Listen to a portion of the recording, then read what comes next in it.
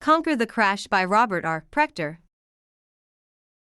Welcome to your booksummary.com. Safe and risky investments for when markets crash. When planning your finances, remember two key points. First, even during severe financial crises like the Great Depression, most people don't end up completely broke. Second, when you prepare for tough times during good times, people might think you're overly cautious. Be patient, as good preparation often pays off in the long run.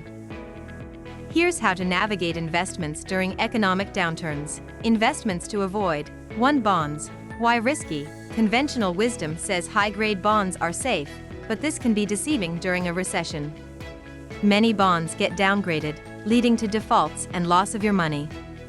Government bonds, despite being tax-exempt, can also be risky as governments may fail to repay during crises. 2. Real estate. Why risky? Real estate is hard to sell quickly, illiquid, and heavily tied to debt. During a crash, banks might foreclose on many mortgages. Avoid taking out home equity loans as you risk losing your house. 3. Collectibles. Why risky? Items like Beanie Babies or rare coins might be fun to collect, but they won't sell easily in a financial crisis. People will focus on essentials, not luxury items. 4. Stocks. Why risky? Stocks can plummet during economic downturns. Although some hope that the Federal Reserve will keep the market stable, this is not guaranteed. Holding stocks is very risky. While some experienced investors might try short selling, betting that stocks will go down, market-wide panic can disrupt all types of trading. 5. Commodities. Why risky? Like stocks, commodity prices can drop significantly. Unless you physically own resources like oil or cotton, you likely own a futures contract, which is just a paper promise, vulnerable to market swings.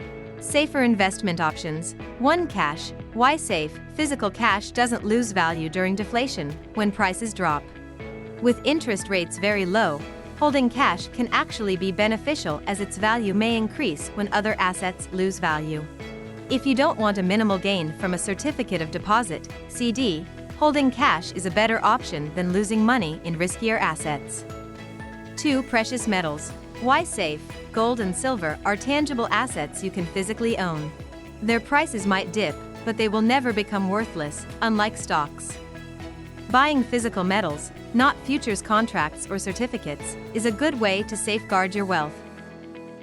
3. Safe cash equivalents. Why safe? Money market funds are generally safe, but the safest ones invest in short-term U.S. Treasury debt. For even more security, you can directly purchase Treasury bills. This approach provides a very safe place to park your money, though it might require a bit more effort. By focusing on these safer options, you can better protect your investments during financial downturns and be more prepared for any economic crisis. I hope you found the information about Conquer the Crash by Robert R. Prechter. If you're interested in learning more about the book, stay tuned for the next part of this series where we'll dive into the next section. Thanks again for watching, and I will see you in the next video.